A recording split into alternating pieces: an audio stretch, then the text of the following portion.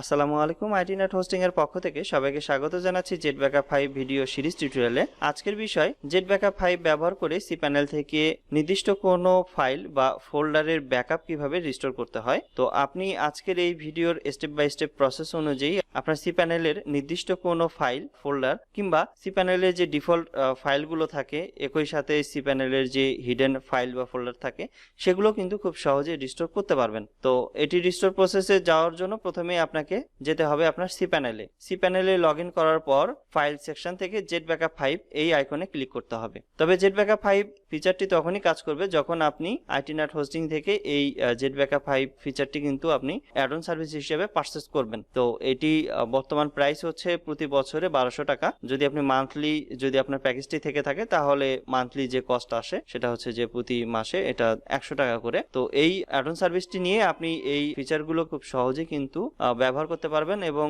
আপনার কাজকে আরো কিন্তু আপনি সহজ এবং আরো আপনার ওয়েবসাইটটি কিন্তু আরো সিকিউর করতে পারবেন। তো যাই হোক, আপনি JetBackup 5 ড্যাশবোর্ড থেকে সরাসরি চলে যাবেন হচ্ছে হোম ডাইরেক্টরি এই আইকনে। তো এখানে ক্লিক করলেই আপনি এই অপশনে চলে আসবেন এবং হোম ডাইরেক্টরি থেকে আপনি যতগুলো ব্যাকআপ এখানে জেনারেট হয়েছে তার সকল লিস্ট আপনি দেখতে পাবেন। পেজ সাইজ এর ডাউন অ্যারো বাটনে ক্লিক করে এখানে 25 বা 100 করে দিবেন, তাহলে আপনি সকল ব্যাকআপের লিস্ট কিন্তু একই পেজে দেখতে পাবেন। এবং ক্রিয়েটেড যে কলাম আছে এখান থেকে আপনি তারিখগুলো দেখে নিতে পারবেন যে কত তারিখে আপনার ব্যাকআপ গুলো জেনারেট হয়েছে। তো এখানে লাস্ট কিন্তু ফেব্রুয়ারি মাস আর এই মাসটা চলছে হচ্ছে জুলাই। তো ফেব্রুয়ারি থেকে মোটামুটি মে, জুন, জুলাইয়ের সকল ব্যাকআপ গুলোই রয়েছে, যেমন এখানে ডেইলি ব্যাকআপ, মান্থলি এবং উইকলি সকল ব্যাকআপই কিন্তু রয়েছে। এই ব্যাকআপ আপনি যে দিনের ব্যাকআপ রিস্টোর করতে চাচ্ছেন সেটা আপনি সিলেক্ট করে নেবেন। এরপর আরেকটি যে বিষয়, এখানে শিডিউল দেখে তো বুঝেই নেবেন যে আসলে কবের ব্যাকআপ বা ডেইলি ব্যাকআপ আপনি রিস্টোর করছেন না মান্থলি ব্যাকআপ বা উইকলি ব্যাকআপ। এরপর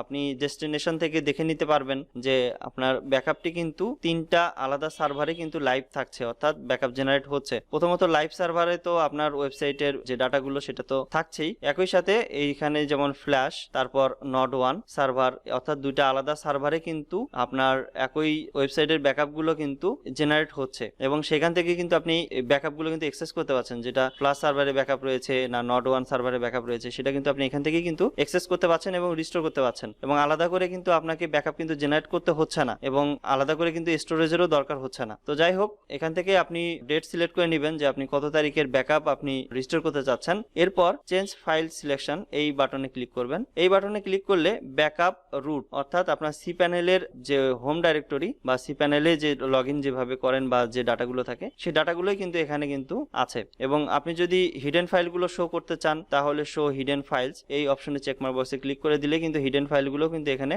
শো করবে, অর্থাৎ আপনার cpanel এর সকল ডাটাই কিন্তু এখানে কিন্তু ব্যাকআপ হচ্ছে এবং এখান থেকে কিন্তু আপনি সেটাও রিস্টোর করতে পারবেন। হিডেন ফাইলগুলো যদি রিস্টোর করার দরকার হয় তাহলে সেগুলো সিলেক্ট করে নেবেন, আর যদি না দরকার হয় তাহলে এখানে আনচেক করেই থাকবে। এখন আপনার যদি নির্দিষ্ট কোনো ফাইল যদি আপনার রিস্টোর করার দরকার হয় তাহলে আপনাকে এখান থেকে দেখে নিতে হবে যে আপনি কোন ফাইলটি আপনি রিস্টোর করবেন। তো অনেক ক্ষেত্রে এমন হয় সিকিউরিটির কারণেই হোক বা ভাইরাসের কারণেই হোক কিংবা কোনো একটি আপনার অসতর্কতার কারণেই হলো বা ভুলবশত আপনি cpanel এ লগইন করে কোনো একটা ফাইল আপনি ডিলিট করেছেন, সেই ফাইলটা অবশ্য আপনি জানেন যে এই ফাইলটি আমি ডিলিট করেছি। তো আপনি কিন্তু এইভাবে কিন্তু সেই নির্দিষ্ট ফাইলটি কিন্তু আবার রিস্টোর করতে পারেন। তো ধরা যাক আপনি আপনার যদি সাবডোমেন আছে সেখানে যদি আপনি দেখতে চান তাহলে সেই সাবডোমেনের যে ফোল্ডারটি আছে সেটা ওপেন করে নেবেন। আর যদি আপনি অন্য কোনো ফোল্ডারে বা অন্য কোনো অ্যাডন ডোমেন আছে সেই অ্যাডন ডোমেনের ফোল্ডারে যদি যেতে চান তাহলে সেটা ওপেন করে নেবেন। এখানে জাস্ট আপনার ফোল্ডারে যদি আপনি ক্লিক করেন তাহলে কিন্তু আপনি সেটা ওপেন হবে। এবং আপনার যদি প্রাইমারি ডোমেন সেখানে যদি যাওয়ার প্রয়োজন হয় সেটা তাহলে public_html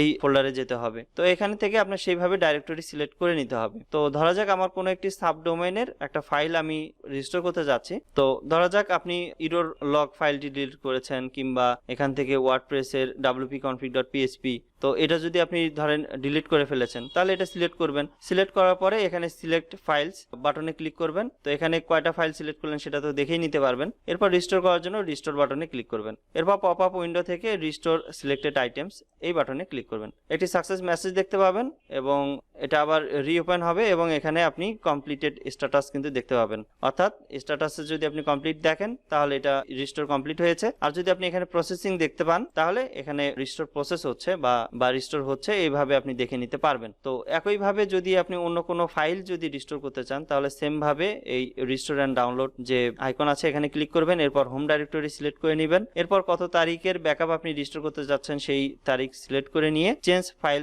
সিলেকশন এই বাটনে ক্লিক করবেন। এরপর আপনার ফোল্ডারটি যদি আপনি রিস্টোর করতে চান তাহলে সেই ফোল্ডার আপনি এখান থেকে সিলেক্ট করবেন, এরপর সিলেক্ট ফাইলস এই বাটনে ক্লিক করবেন। সেম ভাবে কিন্তু রিস্টোর প্রসেস। ধরা যাক আপনি কোনো একটি ওয়েবসাইটের কোনো ফোল্ডার রিস্টোর করতে যাচ্ছেন, একইভাবে সেই ওয়েবসাইটের ফোল্ডারে অর্থাৎ রুট ডাইরেক্টরি ওপেন করে নেবেন। এরপর এই যে এখানে কিন্তু এগুলো কিন্তু ফাইল অর্থাৎ টাইপ থেকে কিন্তু দেখতে পাবেন যে এখানে ফাইল এগুলো। যদি আপনি কোনো ডাইরেক্টরি বা ফোল্ডার সিলেক্ট করতে চান সেটাও কিন্তু আপনি এখান থেকে সিলেক্ট করে নিতে পারবেন। তো এখানে কিন্তু সেই ডাইরেক্টরি বা ফাইলগুলো কিন্তু এখান থেকে কিন্তু সিলেক্ট করে নিতে পারবেন। তো যদি আপনি এই ডাইরেক্টরি বা ফোল্ডারটি যদি আপনি রিস্টোর করতে চান তাহলে এটা শুধু সিলেক্ট করে নেবেন, এরপর সিলেক্ট ফাইলস বাটনে ক্লিক করে রিস্টোর প্রসেস সম্পন্ন করবেন। আর যদি একাধিক ফাইল বা ফোল্ডার যদি আপনি রিস্টোর করতে চান তাহলে এখান থেকে যে ফাইল বা ফোল্ডার আপনি রিস্টোর করতে চাচ্ছেন সেটা আপনি এখান থেকে সিলেক্ট করে নেবেন। অথবা যদি সবগুলোই যদি রিস্টোর করতে চান তাহলে সিলেক্ট অল এই চেকমার্ক বক্সে চেক করে দিয়ে সিলেক্ট করে নেবেন। তো এইভাবে আপনি জাস্ট সিলেক্ট করে নেবেন এবং রিস্টোরের বাটনে ক্লিক করলে রিস্টোর হয়ে যাবে।